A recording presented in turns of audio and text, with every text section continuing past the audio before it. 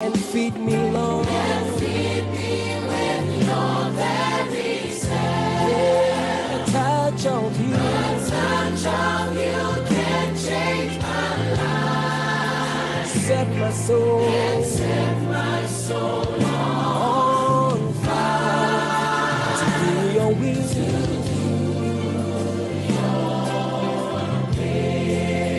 Bring me to your truth and feed me, Lord. Yeah. A touch of you. A touch of you can change my life. And set my soul. Set my soul on fire. To do your will. You are the one I need. You are the one I need. Oh Lord, Cause me to Lord. bring me to my knees. You are my desire. My desire. Cause me, Lord, hold me in your arms. Hey, bring me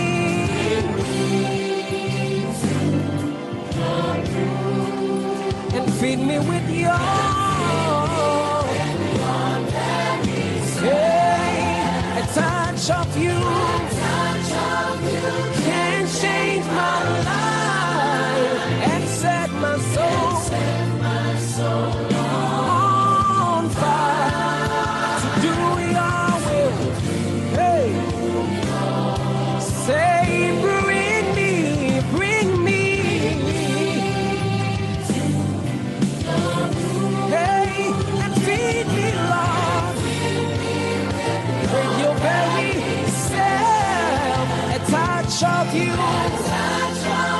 can change my life. And set my soul on fire. Hey, to do your will. Yeah. Bring me to your broom. To your and feed me, Lord. Hey, a touch of you. A touch of you. And set my soul on fire to do your will.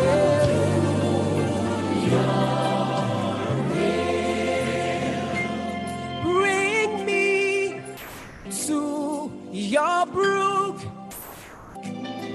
and feed me with your very self.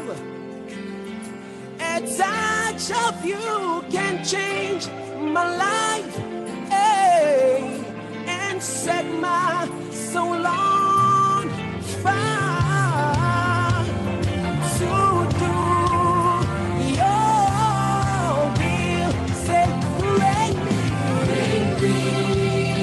to your room. Hey, and feed me, Lord. Feed me with your very Oh, touch of you can change my life and set my soul. To do your will. Lord, bring me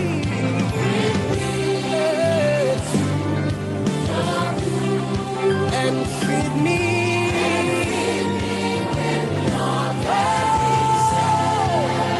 Touch of you can change my life. set my soul on do your will.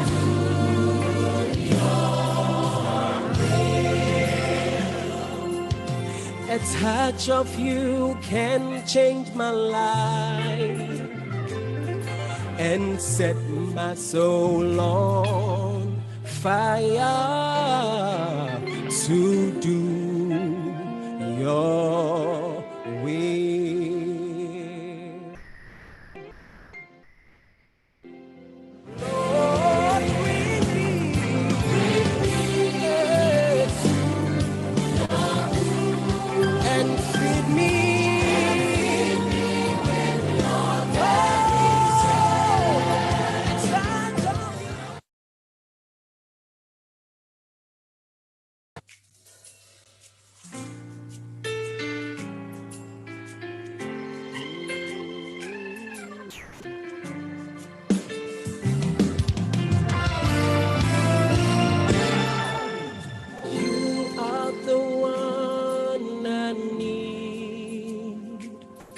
Cause me to know, bring me to my knees. You are my desire, cause me to see, hold me in your arms, bring me to your brood, and feed me with your very self. A touch of you can change my life and set my soul on fire to do your will. You are the one I need. Cause me to know. Bring me to my knees. You are my desire. oh Lord, Cause me to see. hold me in your arms. bring me to your brood. and feed me, Lord. And feed me with your very self.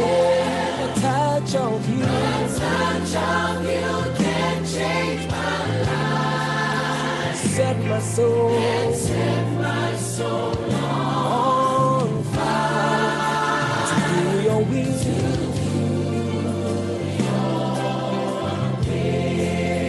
Bring me to your brood. and feed me, Lord. Feed me Yeah. your very self. A touch of you, A touch of you can change my life. and set my soul Set my soul on fire to do your will. You are the one I need. You are the one I need. Oh Lord, Cause me to know. bring me To my knees. You are my desire. My desire. Cause me, Lord, To see. hold me in your arms.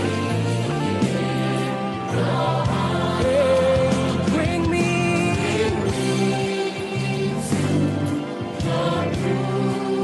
and feed me with your hey, a touch of you Touch of you can change my life and set my soul set my soul on fire to do your will. Hey, say, bring me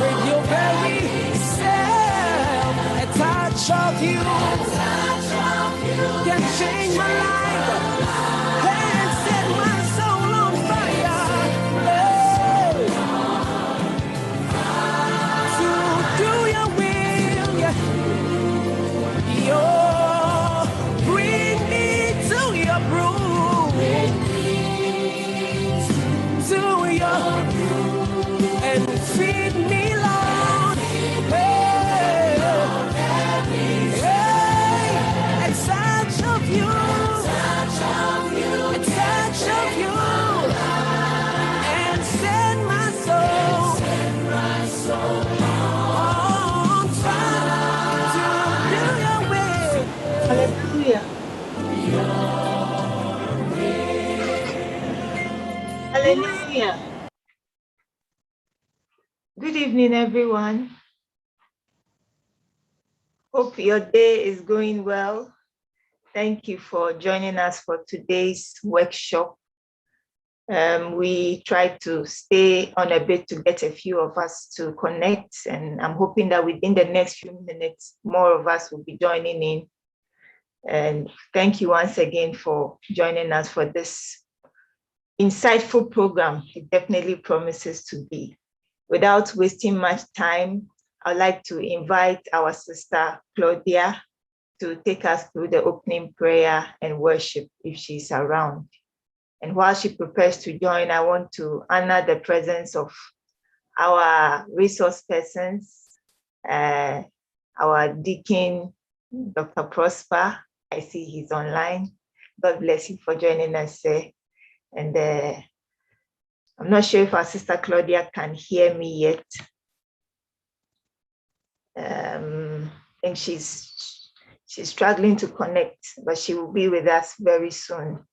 So maybe I will kickstart by taking us through the opening prayer, and once she joins in, she can take us through the worship. We want to close our eyes and pray. Father, in the mighty name of Jesus, we thank you for today. We are grateful, Lord, for this opportunity to gather as saints, to deliberate, Lord, on our career as students and as job seekers in this land. We thank you that, Lord, through much deliberation and through counsel, we will find the way to go. We will get the insight we need, Lord. We pray, committing everyone joining into this evening into your hands, Lord. Prepare our hearts, prepare our minds, Lord. Help us to identify the key things that are relevant to us. We pray for utterance for all our guest speakers and resource persons, Lord. Grant them the grace, Lord, to flow in their submission. Continue to inspire them, Lord, and help them minister to us what we need tonight, even in the mighty name of Jesus. Sweet Spirit of God, we ask that you come and brood over us, come and preside over this meeting, and at the end, we will give you all the praise. In Jesus' mighty name, we pray with thanksgiving. Amen. Amen. Amen. Thank you all once again for joining us. This is the Excellence Summit. It's been put together by the ITI Pensa District.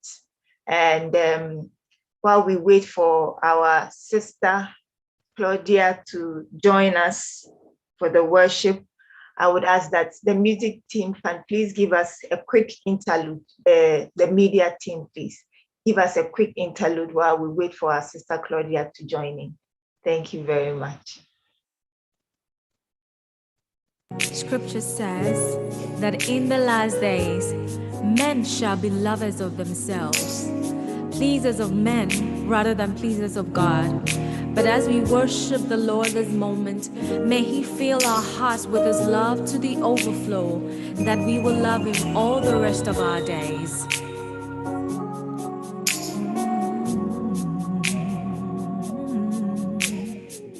Jesus, I'm deep in love with you, so deep in love with you. You can take my heart and give me your heart. Jesus, I'm deep in love with you, so deep in love with you. You can take my heart and give me your heart. I cannot explain why you love me so, Jesus, Jesus,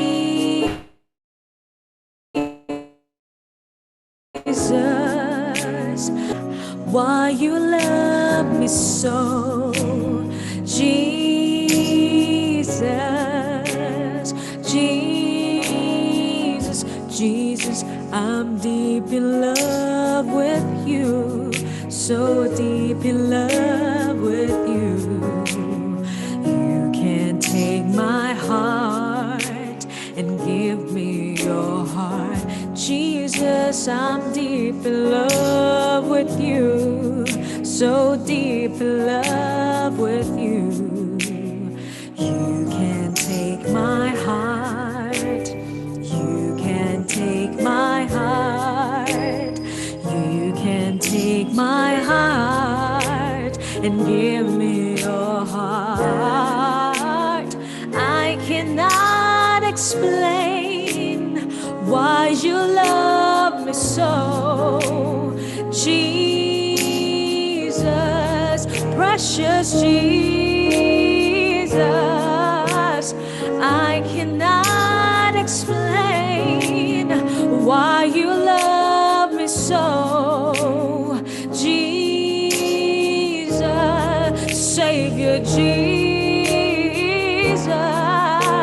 I didn't deserve your love, but still you gave your life, Jesus, my King Jesus.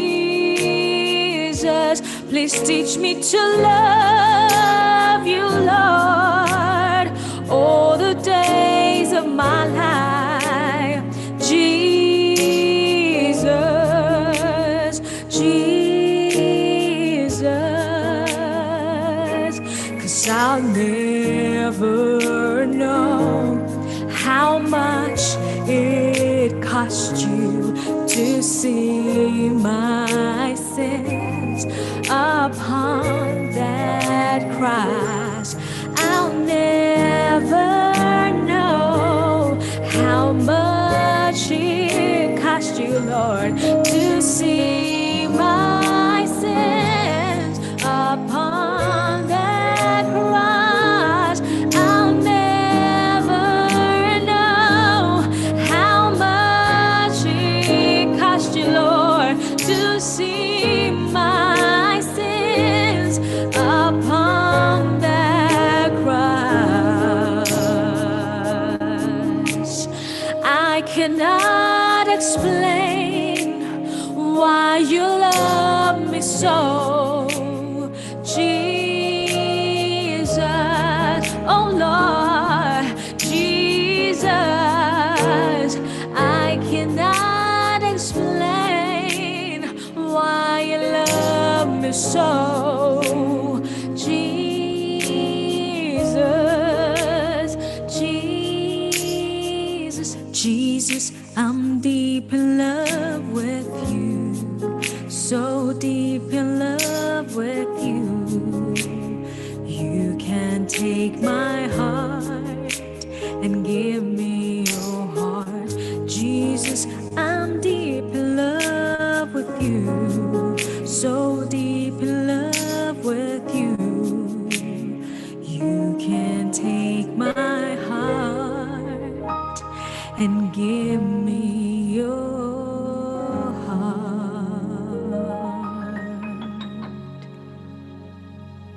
God richly bless you, our sister Judy Caris, always blessing us with her ministrations. At this juncture, we will get ready to kickstart our discussion. I'd like to call on our overseer in charge of the ITI Pensa district to please introduce our guest speaker for today and also welcome all participants. So over to you, Overseer Kweku Ejei-Pupra. Okay, thank you very much, our wonderful MC, our sister, Mrs. Alimu. Thank you very much for such a wonderful opening prayer, and to the media team, thank you for the great work you're doing. I believe everyone can hear me. I'm very much grateful to God for giving us such a wonderful opportunity, such as this, to come and sharpen ourselves and come and study to gain knowledge and then possess the nations together.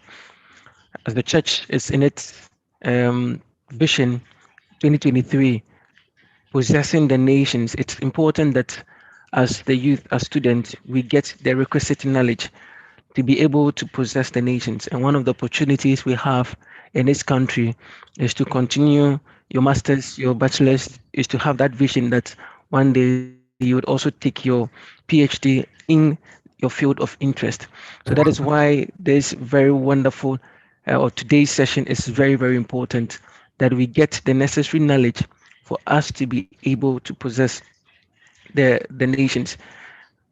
We have dubbed this summit Excellent Summit because we believe that in everything God requires of us that we be excellent in it, that we strive to be above what people have done to set the level higher than what it used to be.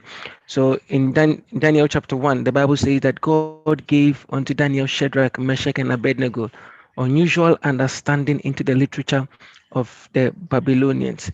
And if you read downwards, you realize that afterwards, when the king interviewed all of them, he found them 10 times better than the others. And we believe that through this series, God is also giving unto us the knowledge to possess the nation. And when we get to the place where we are being interviewed together with other people, the kings in quotes will find us 10 times better than the other. It is God that gives us the grace, but we also need the knowledge. For indeed, for the lack of knowledge, we would perish. I bring you greetings this evening from our father, Apostle Patrick Asante, and our mother, Mrs. Esther Asante. They bring you their warmest greetings and they are with us in spirit and in flesh. Our father is on a trip to visit one of the assemblies, so he extends his greetings to all of us and he wishes us very well as we study together to possess the nations. I also bring greetings from our other district, from the Oslo district and from the Bergen district. They are all here supporting us, and I know some of us are also from these districts. So the district overseers also bring their greetings to all of you. And I also want to welcome you on behalf of the district executives. All of us, we want to say God bless you very much for taking time out of your busy schedules to be part of today's meeting. I know some of us have had to cancel our shifts to be here today to learn, and we are very grateful to God for you taking that time off and for sacrificing to be a part of today's session. So God bless you, each and every one of you, for making it today, and especially our warmest greetings would go to our media team for putting in all these efforts with the publicity they are doing. I want to say God bless them. Even though we have not gotten to the end, I still want to first say thank you to all the media guys, to our elder Isaac Clavia, and to our brother Kuku Afoka. We say God bless you very much for that wonderful work you are doing. So, enough of the talkings. I think we are all waiting to start the discussion. So, please permit me to introduce our facilitator for the workshop. He is one of our own. He is a member of the Oslo PIWC, um, and he is an associate professor at the Inland Norway University of Applied Sciences. Inland Norway University of Applied Sciences. He's with the Department of Psychology. A little history about him is that from February 2009 to August 2011, he was a research assistant. Then from there in 2011 to 2015, he did his PhD at BI Norwegian Business School. So that is where he did his PhD. Then afterwards, he also was a visiting lecturer at BI Norwegian Business School for 1 year, 6 months. Then afterwards, he became a visiting lecturer in organizational psychology in Høgskolen i Oslo, or as Akehus. So that is where he also was for 6 years and 3 months. Then afterwards, he then graduated to become the associate professor at Lillehammer University College. So he's been through the ranks from research assistant to PhD to visiting lecturer. So he's been through the ranks, and he's one of the wonderful people who can give us the exposition on how to apply for PhD because he's been through the process of application. And now, as an associate professor, I know that he publishes PhD openings for PhD students to also apply for. So it's a very wonderful opportunity we have as members of the church to have him speak to us today. He's no other person than our own father, our own brother. He's not a deacon. He told me this morning. I thought he was a deacon. Our own brother, Prosper Kwena. So, sir, please, you're welcome, and we appreciate you being with us today. All right. Overseer, thank you very much. And I have always had very productive discussions with you so far. And one thing I noticed from you is like you like to define terms in every preaching. So I hope that I will be remembering those your approach to academia throughout.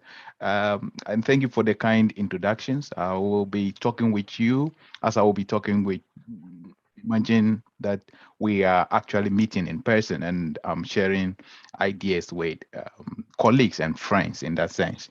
I've had the privilege of being in academia for a very long time. I actually was a people teacher. And those of you from Ghana, if you recall, there was a period until 1999 when the universities, because of Aluta, there was a backlog of admissions to the university. So even if you qualify for the university this year, you cannot go until the year afterwards. And when I finished my secondary school education, then I had basically 1.5 year, and I used it as a pupil teacher, and then I was also a TA at the psychology department, teaching assistant, as we say.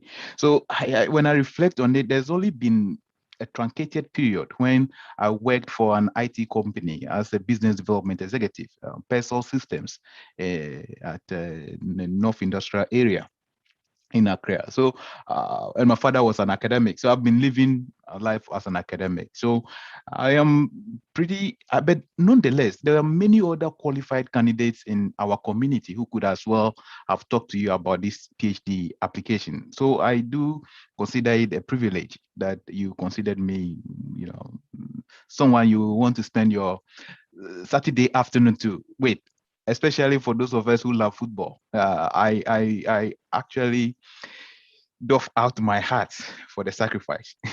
So, and now I for this presentation, I have this thought that it would be a good idea both as a workshop. So I would not want to consider it as a lecture.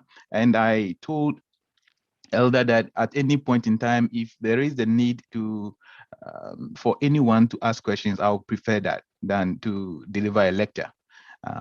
And I use this very interesting observation that a PhD is just basically piled higher and deeper. So I recommend for you this PhD comics. It's a very interesting where PhDs sort of have a satirical approach to the struggles of being in academia. And I also think that our academic journey can also be motivated by scripture. Elder prefaced it with talking about Daniel, and of course, they are examples. It says that these 4 youths, God gave them learning and skill in all literature and wisdom. And Daniel had understanding in all visions and dreams, all literature, so all the disciplines that you could think of. Proverbs 18, verse 15 says, an intelligent heart acquires knowledge, and the ear of the wise seeks knowledge. And then I came across this Passion translation of Proverbs 12, verse 1. It says, to learn the truth, you must long to be teachable, or you can despise correction and remain ignorant. I will not add Ecclesiastes 12 to 8, but those of you who are familiar with the verse, you know why I will not add it. There is another interesting position which motivates me, partly because a lot of people have used their academic research to motivate ideologies which might not be scriptural. So therefore, it behoves on you and I to be seek in our fields, to be seeking knowledge that leads to truth, where truths in this sense are not negotiable, so that truths are not subjective, but they are abstractions, which enables us to connect to the true nature of God. I mean, this is a philosophical discussion that I'm trying to raise here, but I hope that a lot of you get my point. I'm organizing this presentation, I want it to dovetail into the subsequent session, in that I'll be talking about the pre-PhD preparation and mindset that you should use, as well as sharing some sources of information about applications, as well as opening up the discussion of other various sources, and then the PhD process. Before going further, I just want to tell you something, the reflection I had in 2016. That was just before my PhD defense. So I was at the British Academy of Management conference, where you have these eminent professors telling us about what advice what advice they have for us preparing for our Viva or PhD defense. One of the striking comment a professor mentioned was that after having your PhD project approved, do not bother to read everything page for page, but only focus on, the overall themes and your findings. And I listened to it, but something struck me. Listen to that advice, but still find your own path. So what did I do? When I came back home, I still read every word I wrote in my PhD project, every single word. On the day of my PhD defense, my first opponent, the first question he asked me was, on page 11 of your thesis, you wrote, and I'm like, and I don't know if for most of you who've been in interviews, if you fumble with your first question, it just sets the tone. It sets the tone for the rest of the discussion. So my point of using that story for you is that whilst I am giving you what are my insights, you still have to own the whole PhD process. And if I hadn't owned my PhD defense that day, in terms of knowing everything that I've written about, I mean, and once I fumbled with the first question, there's an audience, and then you begin to evaluate your own performance, and then that feedback just basically derails the whole presentation. So I hope that I have some insights to share, but I just will still urge you to be on the lookout and make your own judgments of what works for you. I'll focus most on the pre-PhD preparation and mindset and the PhD process. And then for the post-PhD process, I think that it will dovetail to the discussion that will be subsequently had from 6:15. So I will skip that. I mean, preparation is key. They say if you don't prepare to succeed, then you as well prepare to fail. And preparation involves things such as this program. But you also need to adopt a mindset, and it is a mindset approach which is important both in life and in academia, in general life. The mindset is that you have to be comfortable with not knowing even where you are going. This article from DeConnick, he talks about the fact that being smart means you are good in finding an answer to a question.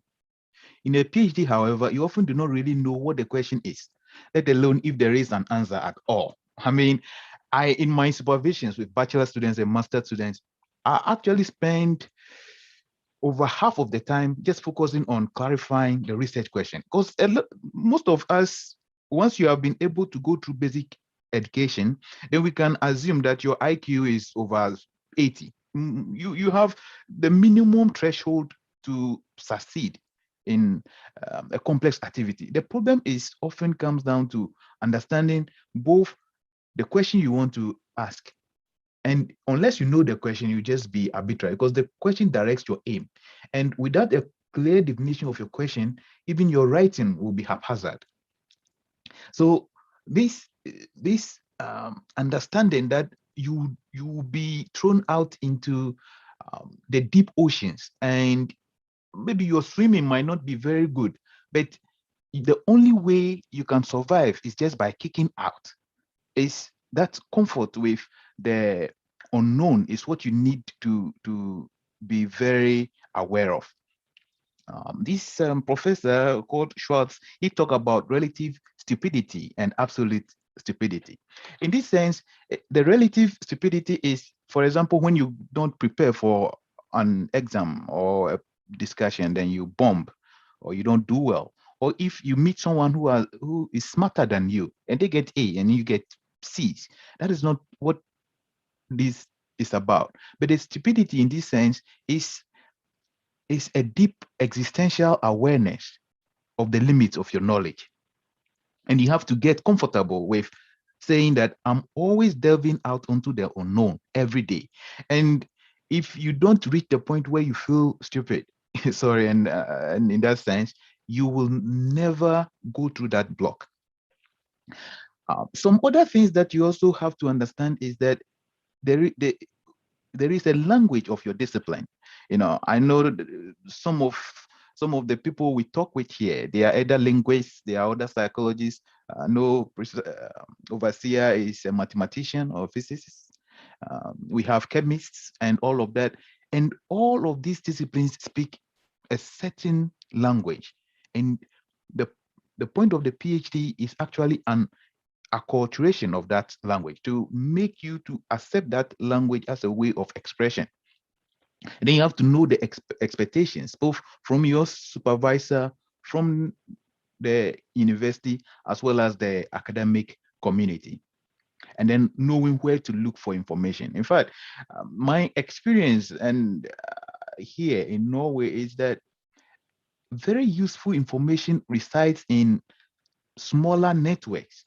A lot of information is not structured where you could go to your website or the PhD web page and get this information. It's like you need to know somebody. For a lot of years, we didn't even know that the department pays for proofreading services, but that is very useful information that, in the first year, if we will have known. And if subsequently in this presentation, we'll be talking about the importance of networking, and that will serve this.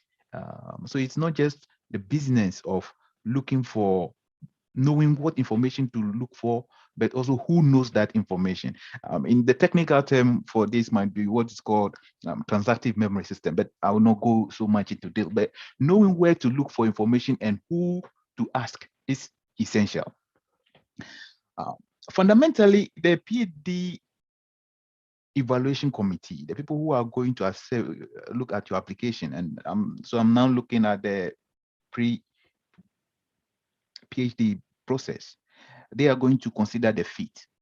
How are you as an individual fitting both into the strategic aims of that university, as well as meeting the requirement that they have for themselves? So what are your interests?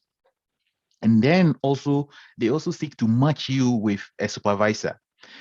There are the open application where internal funds are available, and then they make a call out. So for example, I know at BI, I'll use BI as an example because I've been there for many years. Every other year, each department can employ 4 to 5 candidates, depending on the quality of the applications. And those are internal funds. So they will match the applicants, the finalists, with their internal professors. But then you also have the research council grants, the corporate grants, which are also different. But no matter the source of the funding, the fundamental idea is always to match the applicants with the resources they have. Then you also have to consider the prospective supervisor's interest, research interest. I come from a research tradition, especially in psychology, where people, because of the overlapping nature of the topics we deal with, most professors you meet can be able to have discussion about different topics. But in some other disciplines, the topics are very specialized. So you meet a professor and they can only talk about their topic. They can't talk about something else.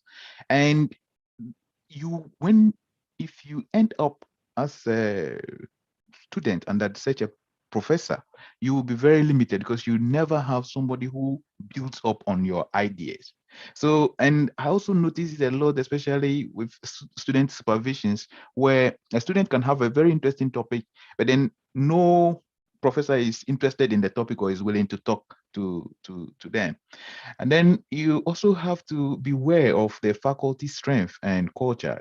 What have been the main focus in terms of their publications and research and as well as the strategic directions over the course of time. I think those are um, always some core evaluations that you have to make as an applicant, even before you make the application.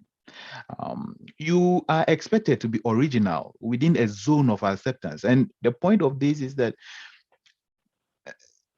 when you are having a discussion with the academic community or your prospective supervisor, there are some ideas that people outright reject. There are some ideas that they are very certain of. And then there's the ideas which are in the blurry zone. These are the areas where you are trying to make a contribution to.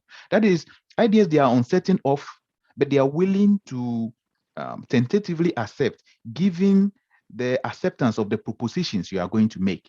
So if I'm going to explain, psychology of human development, let me just say, and then the fact that children acquire first control over their body, and then they acquire language, and then they get more cognitive development and all of that. You could generate a different number of hypotheses on this area.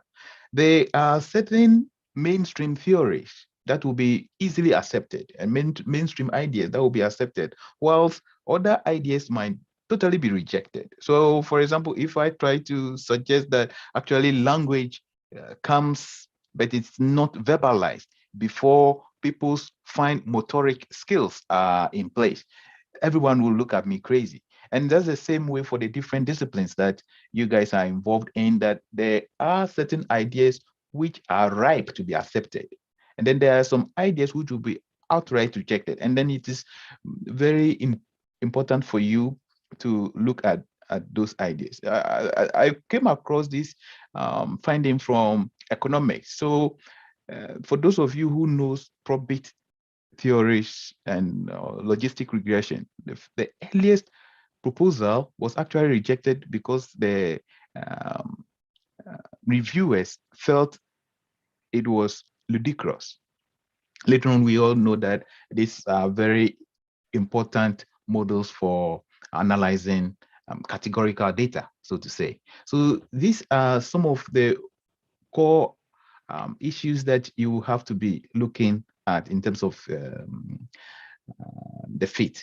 In just to be able to highlight this fit assessment, when the project is funded by the Norwegian Research Council or any of these research institutions, then there are more details about the project, because the project calls and the description of the projects that are on those websites are more detailed than the ones you find on the university website, for so to say. So I will recommend, for example, that if you come across a call, you should try to check whether it is part of a research council funding, because the amount of information you have about the project can enable you in writing your proposal for consideration. It is also important to consider the supervisor's research gates profile. I mean, the topics that they have been involved in, and especially those where they are the first or second authors. Especially if there is authorship of more than 3, 4, then in most cases, unless they state that the article they all have equal contributions, often those who fall later on have minor contributions. So you have to make those assessment. And then, of course, the number of student projects that are supervised. So these are sources of information that you could use to consider the fit of both your ambition with the university, with the department, as well as with the supervisor. And to be able to generate a discussion, I will ask either the moderator or if any of the audience have any questions so far before we go on.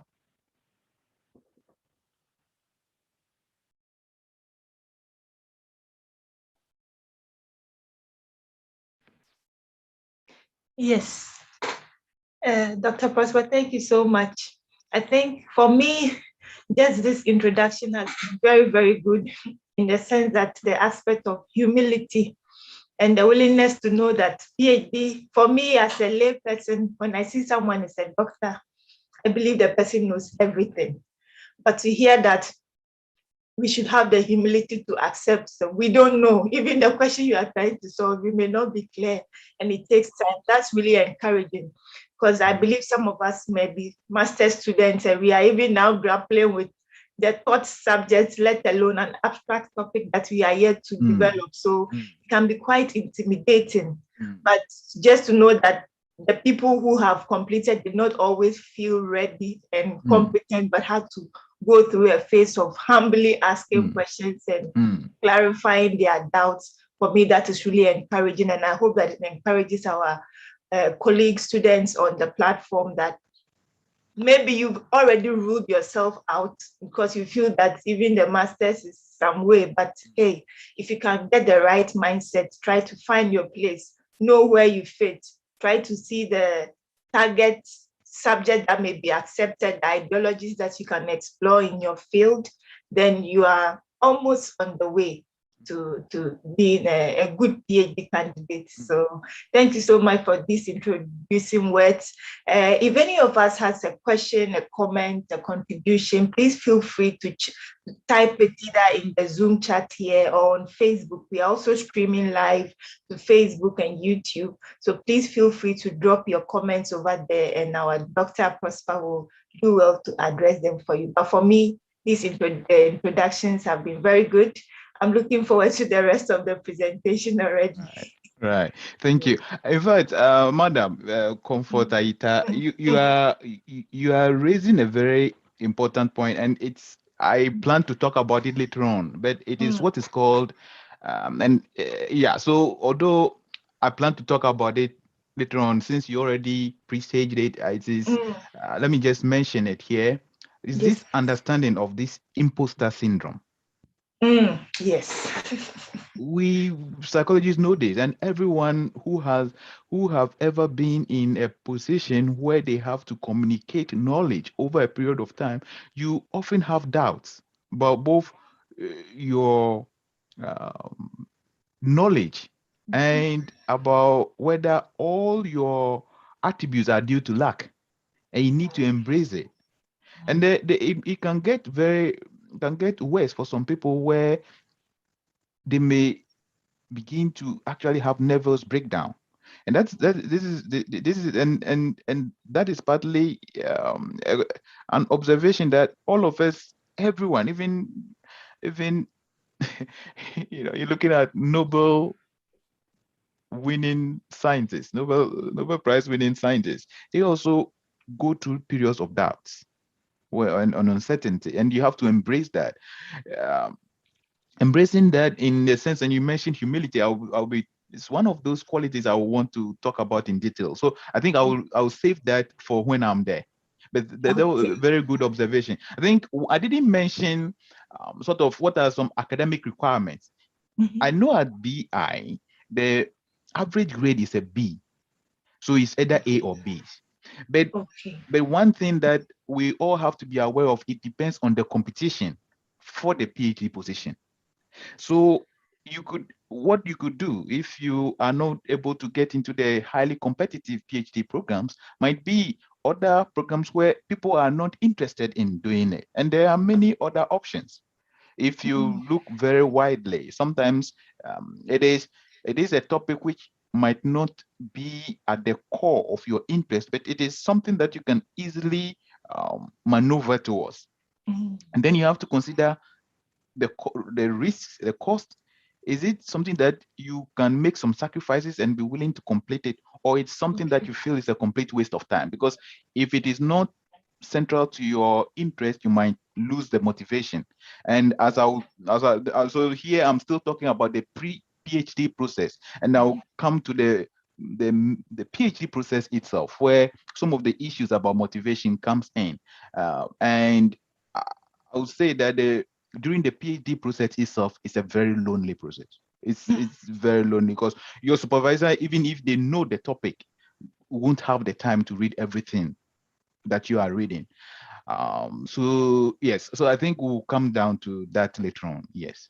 But thank you for your comment, and yes, Thank you it too. is very useful. Yeah. Yes, now I believe that people are taking notes. Please do your best to take notes. We still have them live on Facebook anytime that you want to go and refresh as well.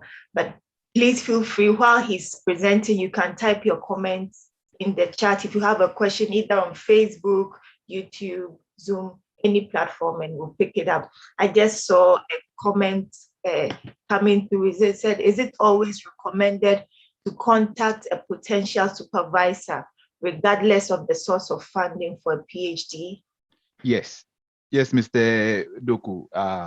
And proactivity in any walk of life is a very valuable trait or characteristics. So proactivity is not waiting for things to happen, but just taking the initiative. So even if you are not the most qualified, what we know from the PhD process is that the student's own intrinsic motivation plays a very important role. You can be a smart person, but with a fixed mindset. I will come to that later on.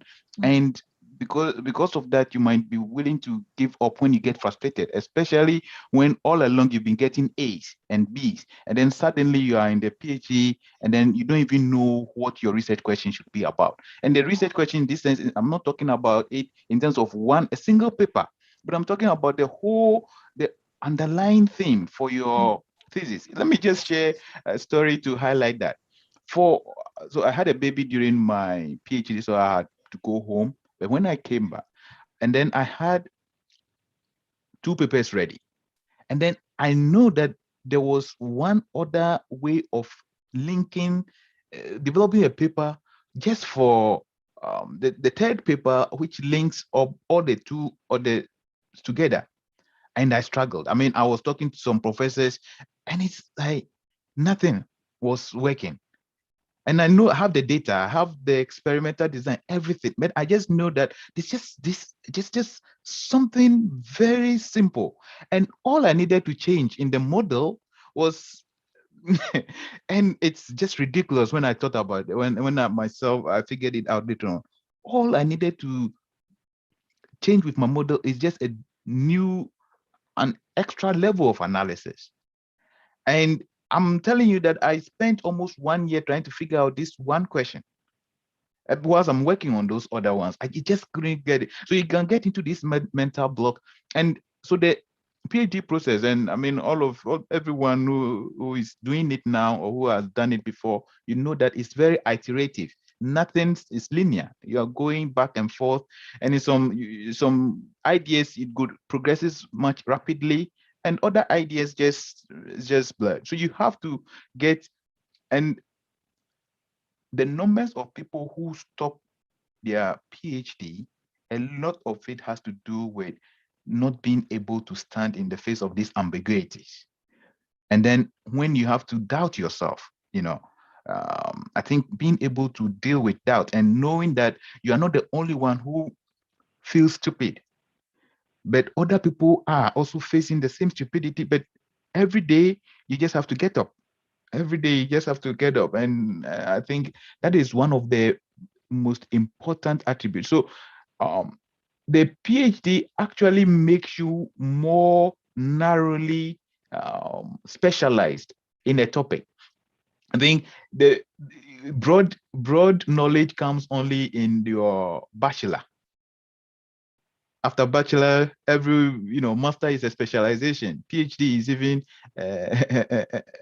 being a much more narrower specialization. And then after your PhD, you even get into very narrow research fields. So you lose, and a lot of people and that's why sometimes people who may be PhD may make statements which doesn't reflect the literature, because they may lose their oversight of how everything is connected together.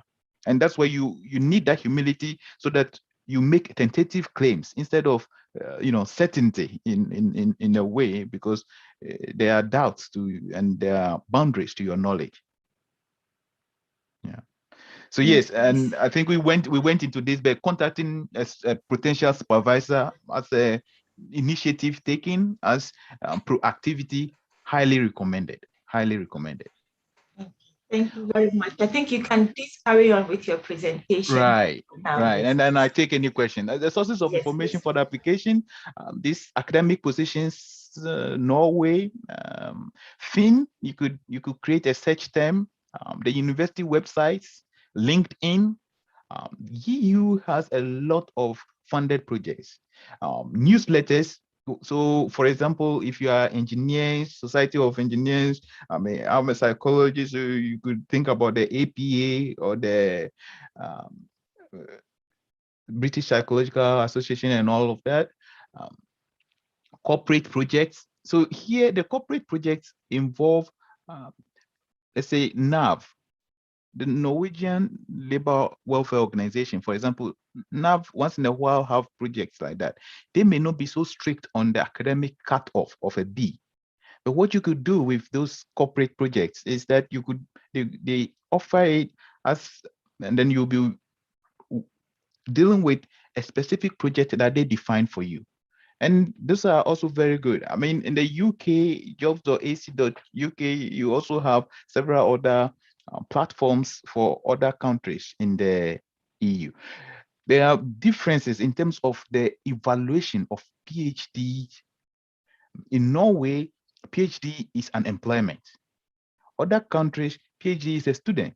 And so those simple distinctions, so in a way, in Norway, to a large extent, you have certain rights and control over your project than maybe in the UK or otherwise. But you must also be very careful, because academia is a very political field. you could you could you could negatively, because you are an employee, you might think that you have so many um, equality, and step on the wrong toes, and you are marked for life. So yeah, accept your privilege, but also know it comes with responsibilities. What are some strategic attitudes that I think that it works to a large extent? And previous comment by Miss Comfortayita had made me to talk about humility. We know that as Christians, humility is one of the most important traits or characteristics that we must exhibit. Now, humility, both in the biblical sense and in a psychological sense, it is not the same as lack of self-esteem. Humility is an awareness of your potential as well as the limits of your potential or your abilities, or in this sense, your knowledge. So doubting yourself, as the Bible says, when if you can't make up your mind, then you are just like tossing back and forth. No, you must work so hard that you know where you are good at. But then you also, because you know yourself, you are less likely to overclaim, to make claims that goes outside your realm. So so I will not go and make claims about physics, because that's not my specialization, or biology. No, that's not my specialization. But I know my area, and then I know that outside of this area domain, I'm not an expert. So humility is very important, and that humility also gives you confidence, so that it is almost, if you think about humility, so if I think about this whole space that I have as the domain of knowledge, and that's actually what it is. Knowledge is limitless. And I think about what I know of the world, and this is even too big. So as I know of the world, I can be very certain of this, but I also, and it has a place in the area occupied by this, or this is area of volume. Yeah, the physicists will help us with that. It has a space within this area occupied by that we are occupying, so that I still have respect for this little knowledge I have, even in this whole volume of space. So that's the same way you have to approach your PhD education. And then a second strategic attitude that I'll recommend is to network, both for knowledge, that knowledge resides among different people across different domains, and you need to talk with people. You can't be, and that's also part of the proactivity and the initiative taking, but it also having the humility that somebody could always fill this simple little knowledge you have with more knowledge. And it is a very useful skill to have, that you relate to people on the basis of what they could add to your life. And then I also talked about the imposter syndrome. It is when you are talking with other people and then knowing that they are facing the same problems as you are facing, that it will enable you to deal better with the feeling that you are not worth the feeling that you are worthless, and then questioning others now as well as yourself. I talked a lot about one of the biggest challenge is just defining the domain of your research question. In throughout your academic life and as well as throughout life in itself, there are fundamental questions such as what? That is a claim about the entitativeness of something. So I have this small rubber pin in front of me. This is what I can describe it by by its texture, by its component elements, by its feeling, and also by its use. These are all questions that you have to ask yourself. So when you are defining your research question or your research problem, the most important thing you want to focus on is what? What is it really about? Describe it for us. If if you if you write down the description of your research question and I pick it, and when you are not there, will I be able to recognize the claim you are making even when you are not there? Because that is what it essentially is about. And then you also have to ask why. Is it important? Why should we give you that money for 4 years or 3 years and spend resources to supervise you? Is it important? What contribution are you going to make? And let's come back to the earlier comment I made, that you are always going to make a contribution within an acceptable region. If it's too radical, good luck trying to convince academics. And we know that, whilst we preach humility, academics generally are very stubborn. Everybody knows that. So you go through radical and then good luck, because it goes out of the zone of people's acceptance. And then to whom, the subgroups, how relevant this, I mean, and these distinctions might be more applicable for us in the social sciences than those in the physical sciences. So, but I'm sure that understanding the contribution is still important to a theoretical physicist or a mathematician as much as it is for a psychologist. And then to whom does this finding apply? Or what sample are you going to use? And then where? There's some contextual factors that makes your explanatory mechanism work in a different way. And it also comes down to both your sampling and the levels of analysis.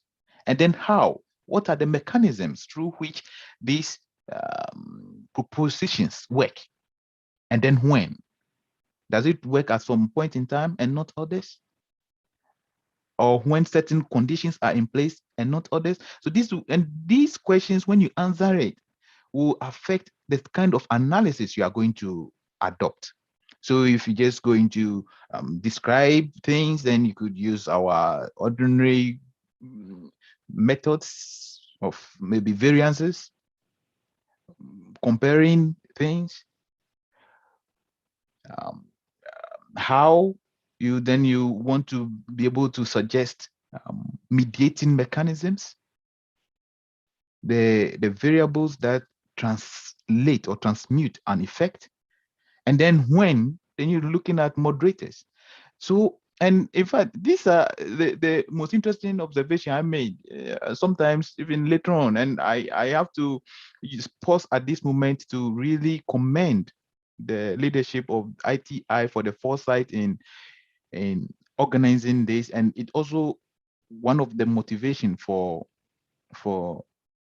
my willingness to participate is this, that some of these ideas crystallized for me way later in my PhD project. And I asked myself, had I known this, probably some nights of frustration, some nights of just feeling lonely, I might not. So I really highly commend the leadership of this thing, as well as for you, the participants, because yes.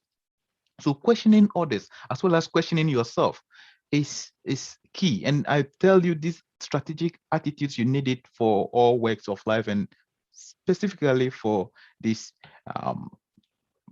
PhD process. Some other useful considerations, apart from those strategic attitudes that you must have, has to deal with conferences. In my field, organizational psychology as well as psychology in general, so you have the flagship conferences that, the cream de la cream, all the top professors and well-known international academics attend, and you could meet all the famous people, all the people you cite. You could, when you go there, you meet them. But what I notice is that because all of us there are like, the multitudes who are surrounding Christ, and therefore, what's the name of the man who climbed the tree? But I've forgotten him. Zacchaeus. Zacchaeus. And you, a PhD student, are like Zacchaeus. So you have to climb a tree. I suggest for you, the tree is the intimate conferences. These trees are often where it's organized by small research groups where maybe only one well-known international guru will attend, and they only come just to give a keynote. But everyone else are people who are working hard to find their foot, because these are individuals who want to network with other people because they are not so well known. They are also willing to share their ideas. If you think about, let's say in my field, the man called Adam Grant, he just basically publish every week, because every day there's somebody who is willing to collaborate with him or her. So he can be choosy.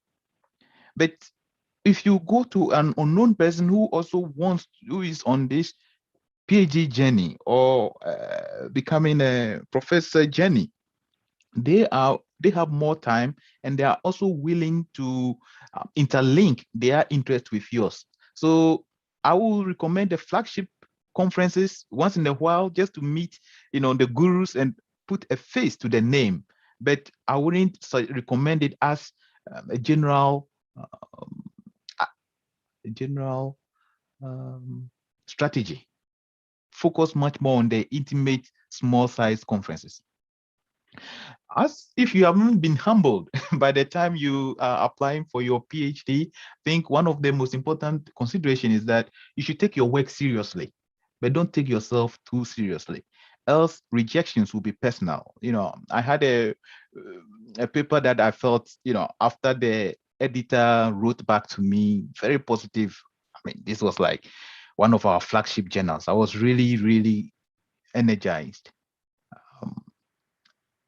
3 months later, the reviewers came and they're like, no, we don't have it. And you go through this process pretty regularly, and you have to accept that, okay, I put in a lot of work and it didn't work out, but it is not really you. It is just a pointer to what you could do. So you can be a good person but deliver a poor work. You have to separate yourself from your work, if you get what I mean, so that your identity and your worth as an individual is not based on the quality of your work, but on an acceptance of yourself. It doesn't mean that everything you do will be good. No. And if you don't think that you could improve, then academia is not the place for you. You always have to know that you could improve, and that humility, it will be, if you don't break yourself, others will break you. And as I said in the beginning, PhD comments, I recommend it. Just get other people's insight, and then when you see that, oh, sometimes people sit down with their data analysis and it's not going anywhere, and you feel it, you learn some particular packages, or you get your data set crashing. And then sometimes even a simple ways of either changing your data from a long format to a wide format, where the variables and then the participants are on different columns. Just these simple things. If you don't know it, it can take a very long time trying to figure it out. So all of these are and then you have to accept that other people have gone through the same problems so that you don't give up because you feel like you are alone. And like I said in the beginning, um, people's journeys may differ. So own your own journey. Some of these recommendations are my reflections from what I've experienced from my trajectory in the academic world up until now. But in some cases, you might meet a very good supervisor who is motivated and gives you all the resources. So you have a different problem. Somebody may meet a supervisor who hates him or her, and then they may undermine them. You may have a totally different problem. Somebody may meet randomly a researcher who wants to help him or her and then help them to the application. So my whole point is that while this gives you a model, it's not set in stone, and people's individual journeys may differ. I see that there are some comments, so I will just pick it up. Okay. Do you have any idea of the best approach to selecting the topic for your final thesis? Okay, it depends on, for the final thesis, it is expected that you are integrating different topics so that you are giving a coherent idea. I will, and Elder, thank you for this question. I will ask you, if you focus on the right side, ask yourself, the first or the number of the other papers that you have, or if here I'm thinking that you are writing a monograph or you are writing a paper-based, article-based. So what I talked about was article-based, but let's think about a monograph in this sense.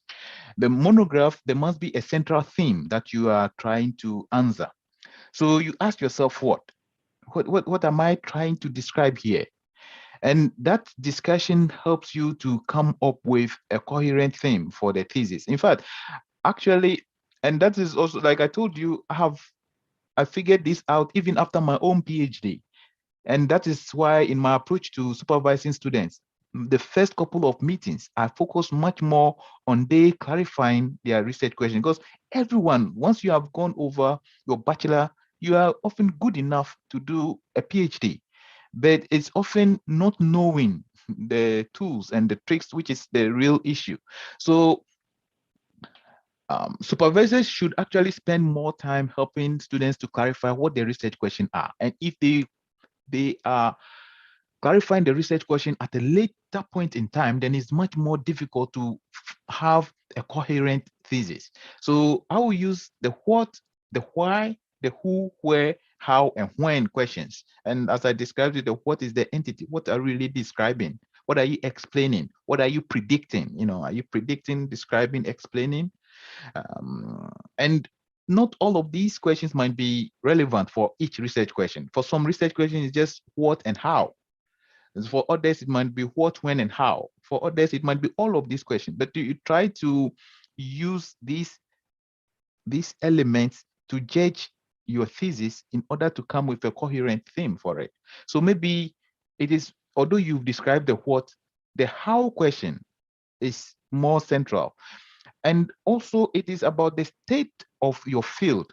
And that is why you have to read. I plan to talk about it later on, but you have to read a lot about what is the current mood in your field, because that will help you to really justify the why question. And that is useful. I don't know whether that is important. Luis Edu. Hello, can you hear me? Yes, sir. Yes. So I tried asking a question, but it was very long and I had problems typing it out. So I decided that you ignore this for now. Maybe later on I'll ask that lengthy question that I have there. But whilst you were, by the way, thanks for this presentation. I'm really enjoying it and I'm really following it. Thank you. You talked about humility, the Right. fact that we should be humble. I know that this usually goes with the fact that we are Christians and all the time we have to be humble and all that. But I have heard, if I'm wrong, please correct me. I've heard that supervisors look out for confidence in students when they're admitting them, and sometimes and usually to their expected to show this confidence or whatever, along their PhD. In our attempt to be humble, by saying that, okay, well, I don't want them to think that I know it all and all that. Won't we be somehow putting ourselves in a position where it seems like we are not confident, and that, Right. yeah. That's very interesting comment. And as a lecturer, I'm always used to sometimes how explanations get lost. So are you using audio or video, Luis? Can you see me? No, I can't see you. Okay. Are you using audio or video to hear us? Do you see do you remember my illustration of this blue plastic pen cap? Or maybe I had not done. All right. So, sorry. So my point about humility, but that's very good, because as a lecturer, I can say that often the recommendation is that every statement you made, the number of interpretations of those statements are as the number of people in the audience.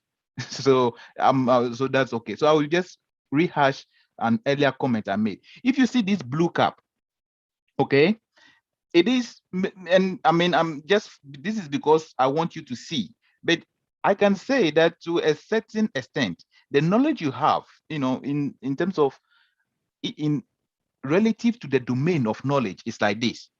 Okay, do you get my point? Yes, I get you. And this still, if we use the laws of physics, it still occupies a certain space, right? Mm-hmm. But the PhD process is a movement from this to a certainty about this, and with maybe an increased proportion. Mm-hmm. Do you understand?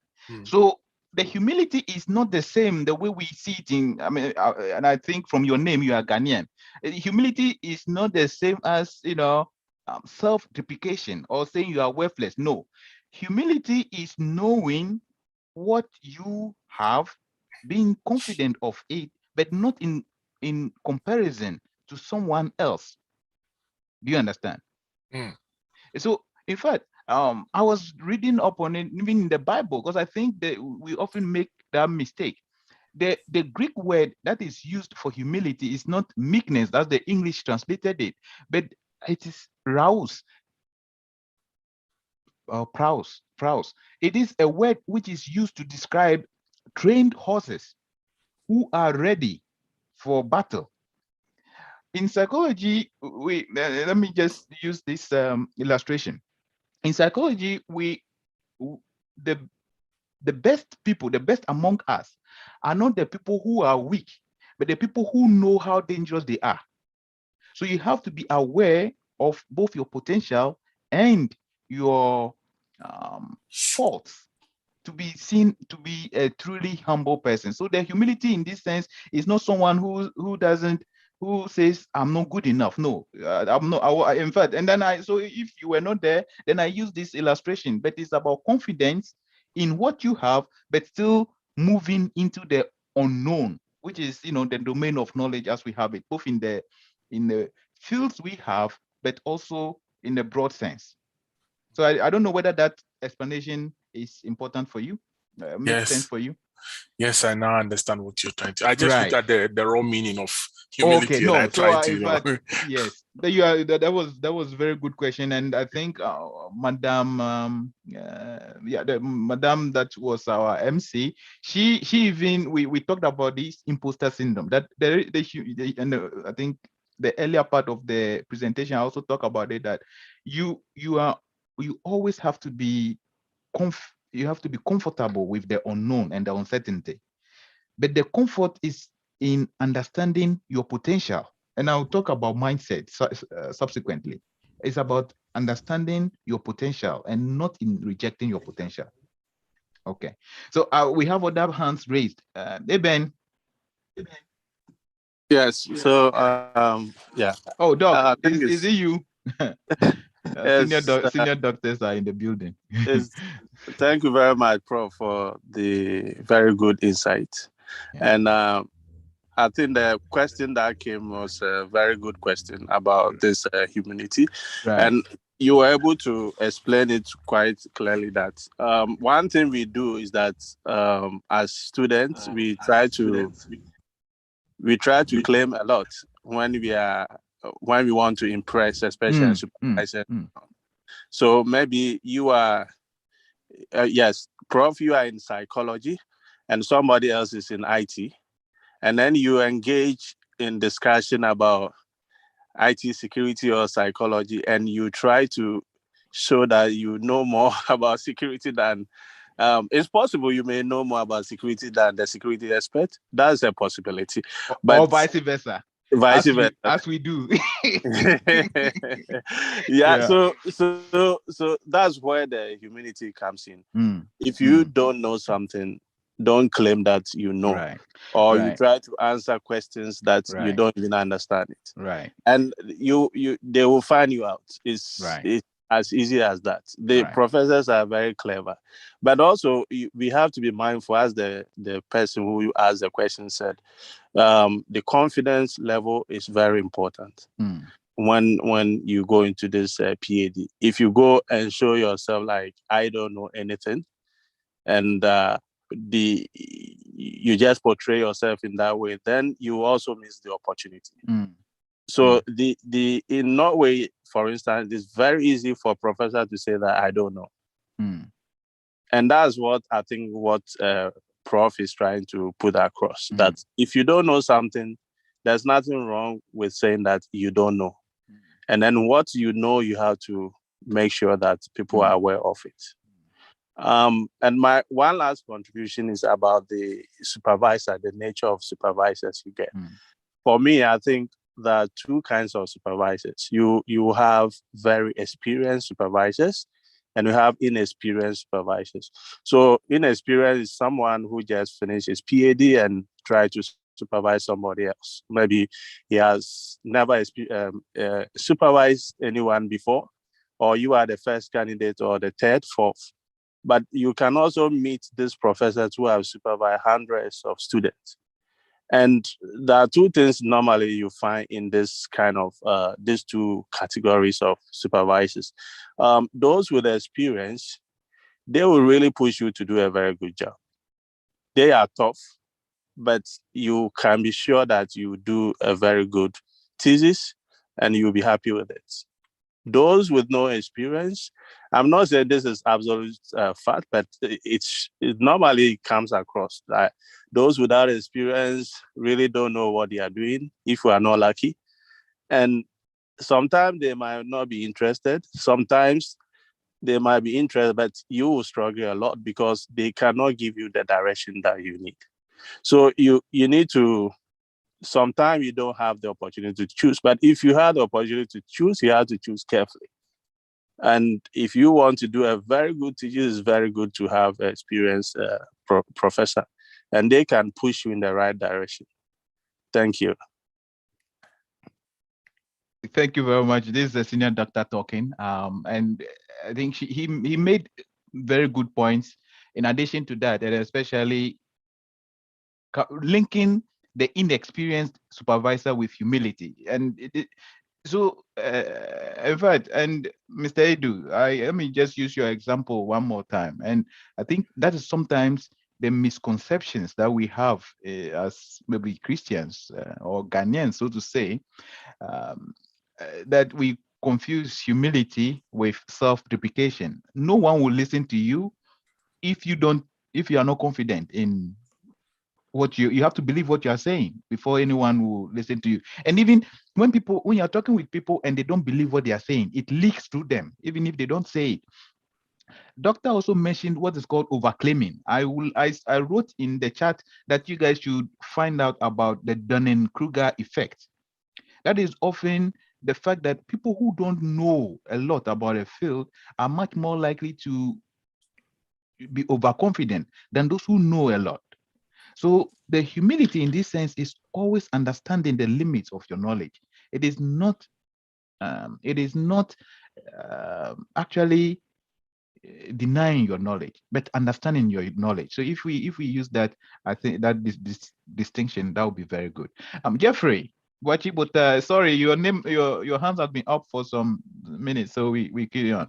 Yeah, thank you very much for this opportunity. I would like to ask a question when I'm citing my instance in Norway as a country. Supposing I want to write a master's thesis on a prevalent issue in Norway, and looking at my background, I'm a Ghanaian, so looking at my background and my proficiency in the language, in the Norwegian language, how do I obtain data for the thesis? That's my first question. All right, yeah. And I have two questions.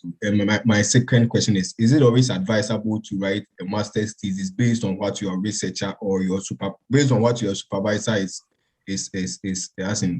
looking at, or your supervisor's expertise? Right. Maybe you want to find a topic. Yeah, that's my okay. I think you raised very important question. I think these discussions are so useful that probably with overseers help, we could even have evenings where we share just experience in an unstructured form. But let me just try to answer it to the best of my abilities. I talked about fit, of considering the fit in the beginning. So fit in this sense is not just your potential and your interest, how it matches your supervisor, but also to the strategic direction that the university have. And that is all, they always consider that.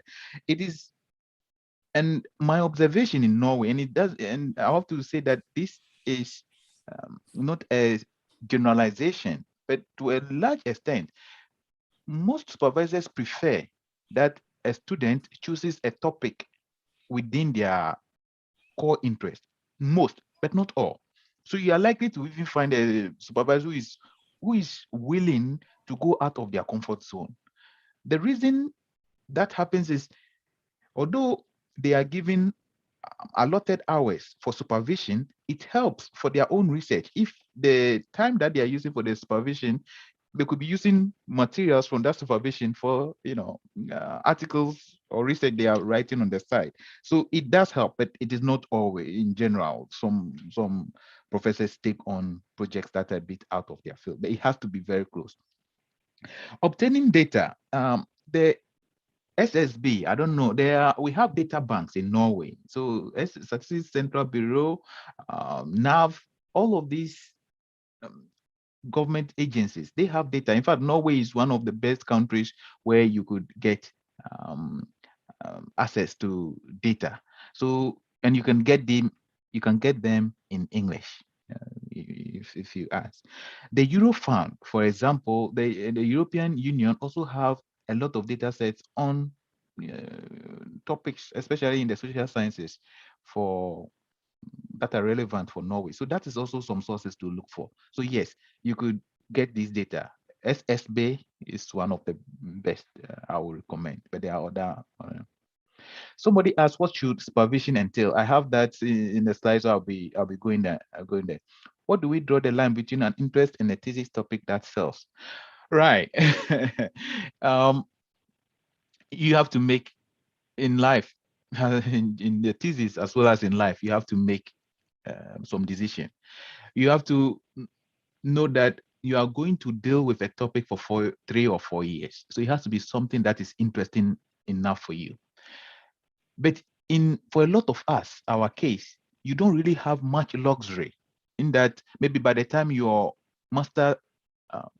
permit for the master education is over, you need to be able to find something quick. In that case, you have to look at what of the lesser devils can you live with. So if you have time, then you could only look at topics that interest you or which sells. But one thing that you have to be aware of is that the PhD training is basically a training in being able to think original thinking, being able to ask research questions and clarification, and being humble about knowledge, and then being self-reflective about your claims to knowledge. And I have a slide where I intend to talk about this. So Luis, thank you, Jeff.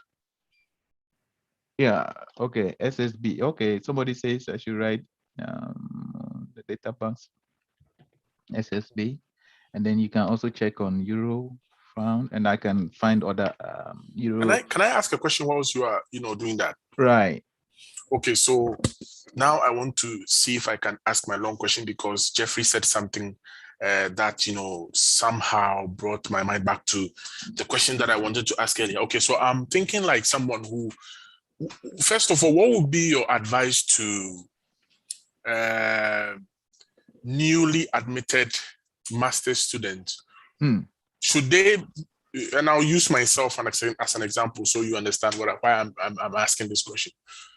Should they already start thinking about a PhD even before they choose their master's or even apply for it? And I'm saying this because, I was also in NTNU, and I realized that most of us, I would say most of the students who come in, most of us are not really thinking about a PhD when we come in. And so because we had not really thought about it, we had also not looked into those requirements that would market us. And I speak maybe for those of us who are engineering students.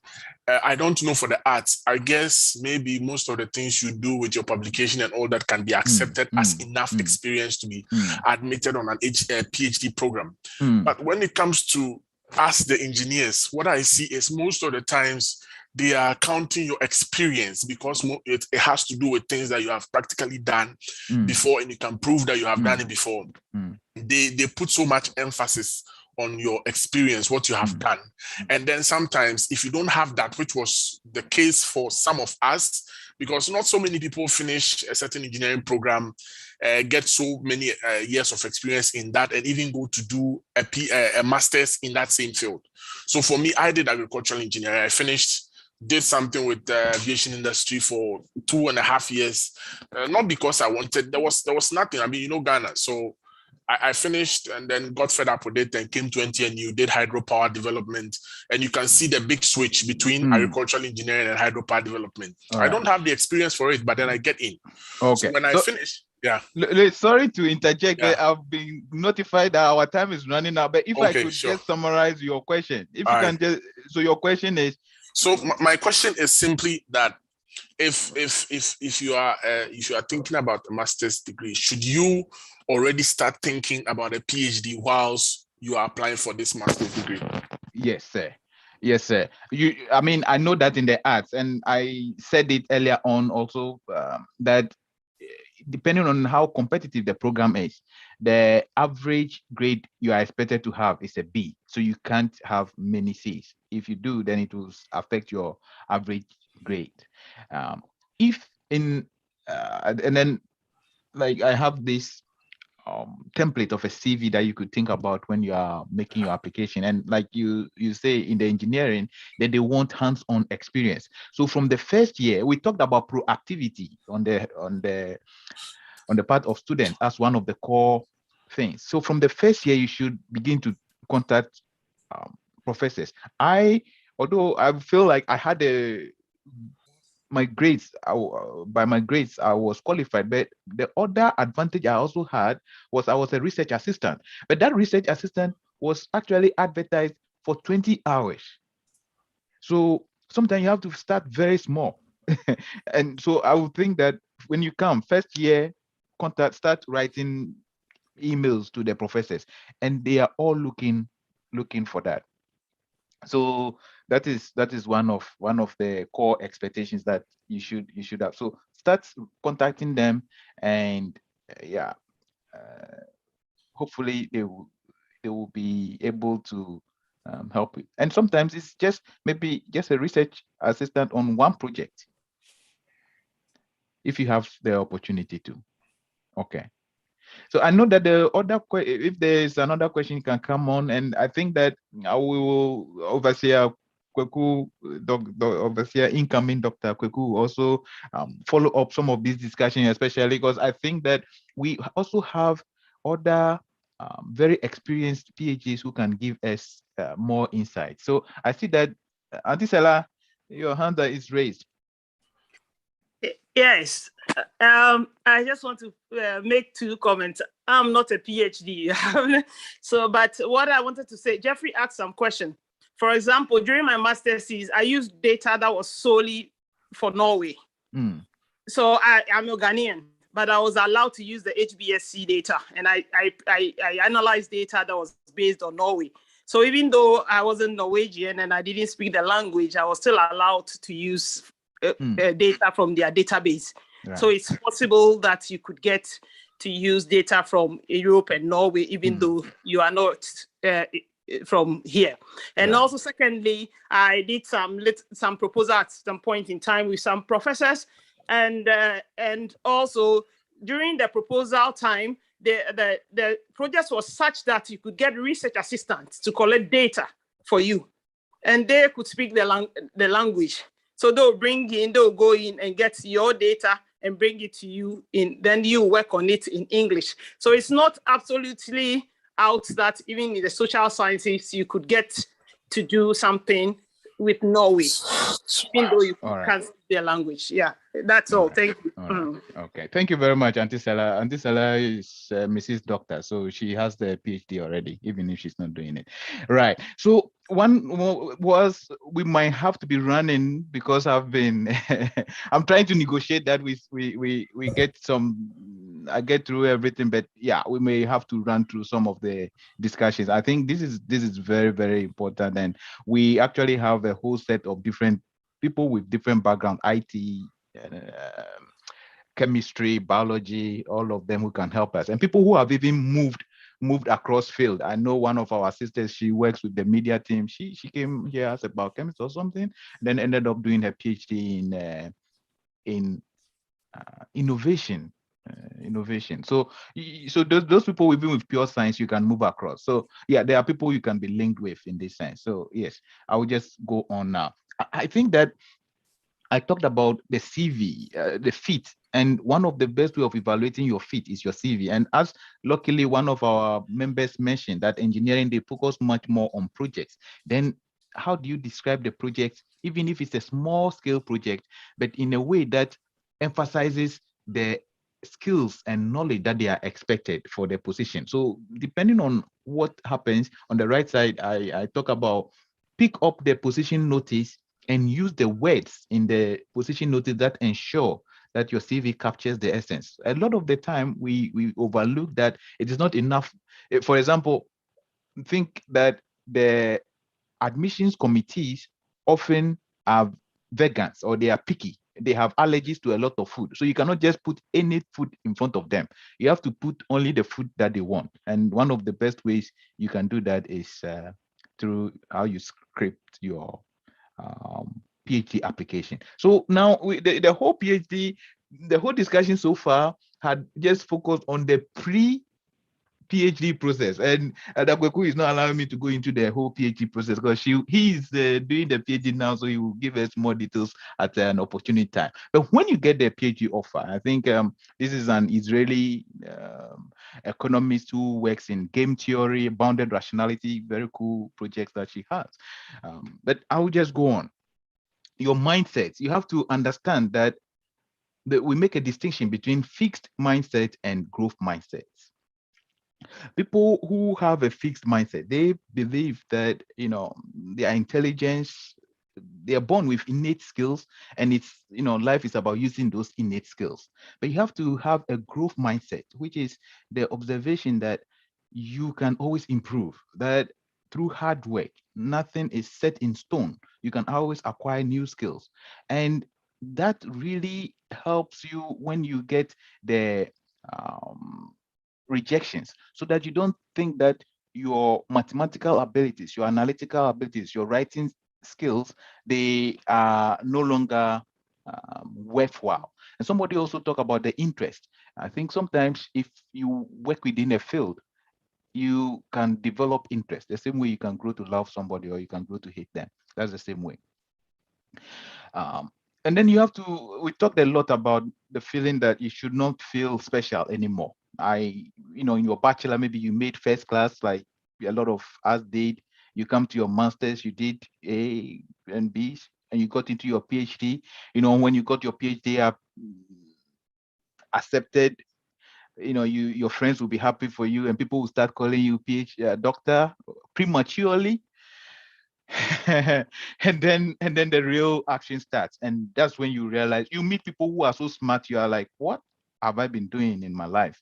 you know and if you don't feel stupid, then your self-awareness, either your egoism is off the chart, and which you should book a psychologist to help you, or you really haven't been reading, because immediately you begin to read the articles, you step back and you're like, whoa. Sometimes you think about an idea on bed, you wake up and then you start writing, and then you do a literature search, and somebody has written the paper on the idea from 73. you know and this is what you have to get used to. And then dealing with rejection, a time will not permit me, the number of projects in economics and several other fields which were rejected on the beginning, and which had and that on tend to be very useful. So some psychological hacks along the way, and I recommend this article by DeConnick. It says, "Trust me, I'm a doctor, a PhD survival guide." It's a very useful thing that I have come across. Read, you have to read. And it is when you are reading actively, that is also when you get to know how little you know. And then you have to write. One of my professors told me, and there are some professors I know who almost every year they have roughly 10 papers. And I'm like, how do you manage? And then they say you have to write. And I also noticed, I need to work on that personally, that every day you have to try to write something, every single day, that you have to write. And sometimes you write a draft and then you think that it's good, and then the next day you read it and you're like, who was sitting in my place, because it was terrible. And then you have to go back to it, and then you have to get feedback, and that feedback suggests a sense of humility, because once you have to produce the work, but you must also be willing to listen. And then one of the other things, I talked about it previously, but just to be more explicit, is that you have to know your community, know the people you are talking with, and the language and the expressions. You'll be surprised, in the same psychology, the journal of maybe social and personality psychology have a different way of structuring a paper. If you compare it to a different other journal, the same psychology, the same, it may be APA standard, but simple things that takes a lot of time. So understand the language and the way they express themselves, and even the preferred ways of analyzing data. All of that you have to read. And then it comes back to a question one of us mentioned earlier on: is your topic or research question in demand, or it's just a part of a natural flow of an ongoing conversation? Sometimes something that is in vogue may not be, and you have to ask yourself, if it is too much in demand, then you have a lot more to read. And the people can really challenge you, because people are much more updated. So you make those judgment calls with the consequences in mind. And then the expectations of the PhD thesis. We have basically, uh, overseer, do we have still, did I manage to negotiate for the time I wanted, or I should round up now? I think for the benefit of others here who want you to finish, I think I'll leave it up to you. Thank you very Does that much. mean that for those of us who are here, our time to go and then get something, eat and then come for Oh the yeah, second exactly. Yeah. you can continue, but to the time that you have sent me. Okay. But I Yeah. think those of us who are going to join the next session, aside from everyone is going to join, we just have I to will, leave it. I'll be joining the next session also. So then at least then we all know that we are all in the same boat. Thank you very much, Overseer. So, I mean, I'm almost done. I have just 2 slides. And I think that one of our commenters, he asked that question, and that's why I wanted to go through it. What are the expectations? It is about reading, but you have mastery and command, a comprehensive and exhaustive coverage and understanding of the topic. And then learn how to build arguments. What are the propositions, and how to either build arguments in a syllogistic way. I think that is also the advantage that people who are trained in philosophy have, but others might not have. So you will sometimes have to learn how to write, in this syllogistic manner. And then coherence, the consistency and clear links between the parts and then your whole thesis. How independent is your work, and whether you take ownership of it. And recall that I told you that somebody told me you don't have to memorize everything, and then I memorized it all the same. And then the first question I got on my PhD defense was, a question that demanded memory. So you need to take ownership of the whole PhD process. So and that's why it means that what I had in mind about humility is not self-deprecation. It is not self-doubt, but rather confidence in what you know, and also knowing that you don't know. So you must know the limits of your knowledge. So yeah. And then criticality, evaluation of the existing knowledge and self-evaluation of your own work, and then the depth and breadth, as well as understanding, how thorough and complete your work is. And then the clarity and accuracy. And we were talking about it, overclaiming. Do not overclaim. Do not claim significant results when they are insignificant. If you use a small sample size, do not say, oh, but it can be extrapolated. In fact, sometimes the gatekeepers in the field, they get very angry. When you have some new PhD on the in the yard who is making wild claims. So you have to be very careful about that. The quality research indicators of a PhD thesis, and I recommend this article for your reading. Research questions, the approach and the methodology, how appropriate it is, how effective it was. Did it really help you to answer the what, the why, the when, the how, the who questions? The literature review, is it up to date? Did you touch on the central literature in the field? The nature of your analysis, is your analysis appropriate for the research question? Because if you ask a research question on maybe on a group level, but your analysis is on individual level, for a lot of people, they will reject it.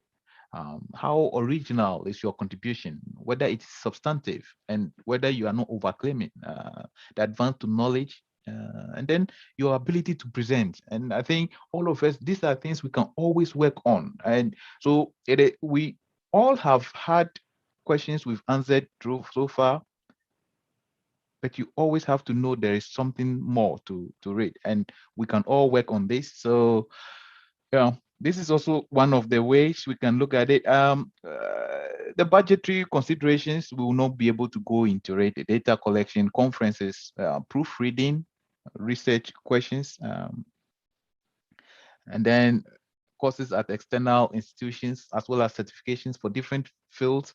You might need it. When, I'm not saying if, when, because I trust all of us who have these ambitions and are willing to work hard will be able to go into our PhD program.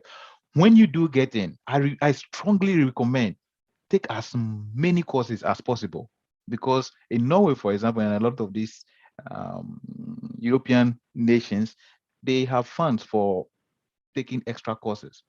And so you only come out better. I took as many courses as possible, beyond some of them not relevant for my thesis, but after my PhD, I have found so much use for it. If there are certifications you can do it.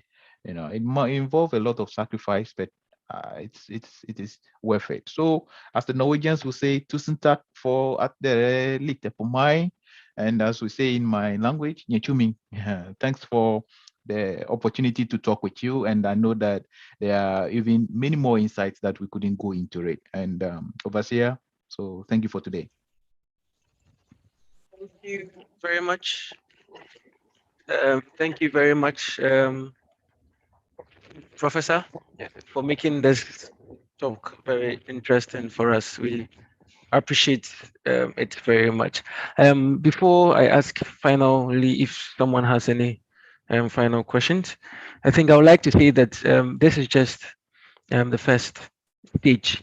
So you've gained general knowledge on the PhD process, the pre and then the post, the pre and the PhD process itself.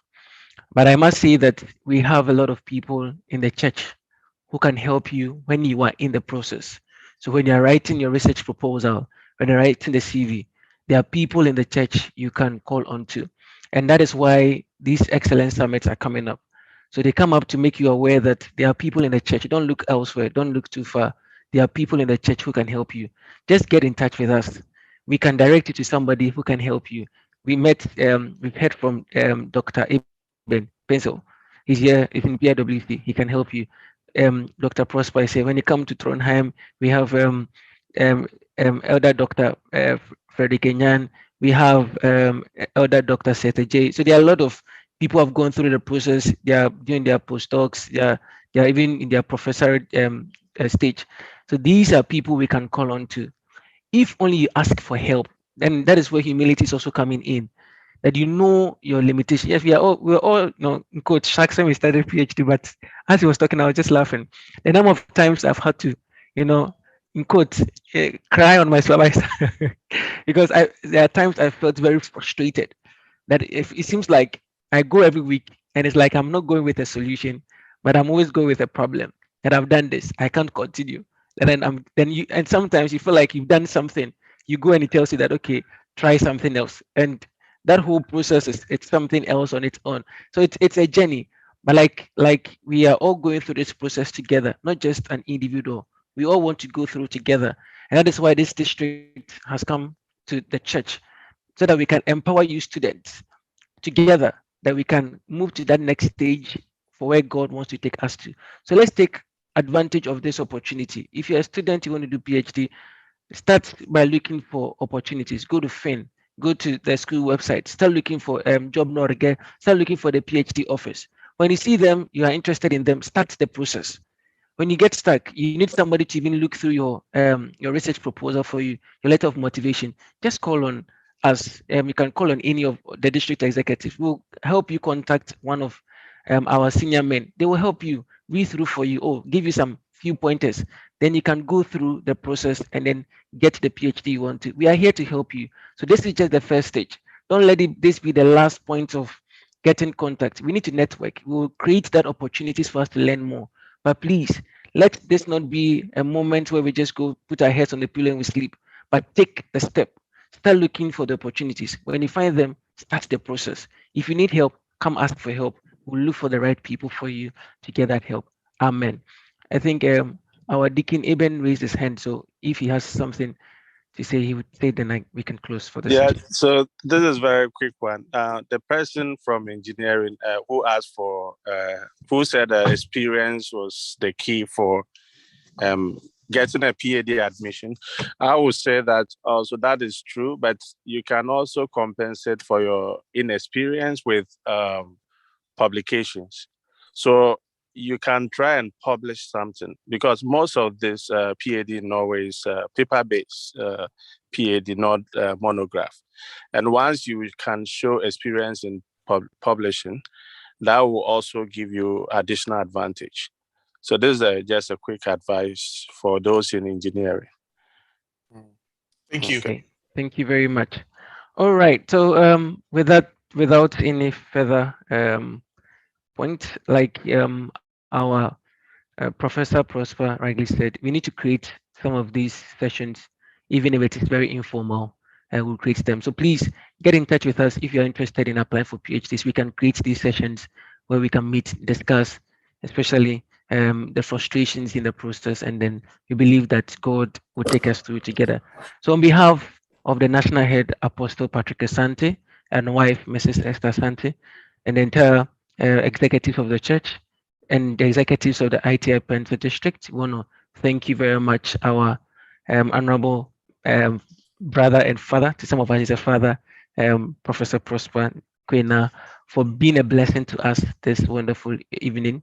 And we've learned a lot, and we are praying to God that He would help us through the process. And please, if you need his contact, to just I think Google Prosper Kwena, and I think you get his working email and everything, and you can get in touch with him. So please, thank you very much, Brother Prosper, and God bless you. Amen. Okay, just a quick information. We are going to take about I think 36-minute break. So please go grab a quick dinner, get something to eat, and then by 6:30, please be seated for the next session. where we're also going to look at, so those of us who don't want to go to PhDs because we think it's so much, let's also go and listen to what the industries are also looking for to get the two-way balance. So what are the industries also looking out for from us as students? And that session will start at 6:30 p.m. So let's go grab a very quick dinner and let's get seated by 6:30. Please, the first session we started late. That is why we have extended this. We started about 15 minutes over the time. Please, the evening session, it's like exactly 6:30. Let's come early so that we can close early because tomorrow is a Sunday and we have to go to church. So please, let's come and then let's close early. So God bless you very much, and we hope to see you at exactly 6:30. Until then, have a very nice supper and see you. Bye bye.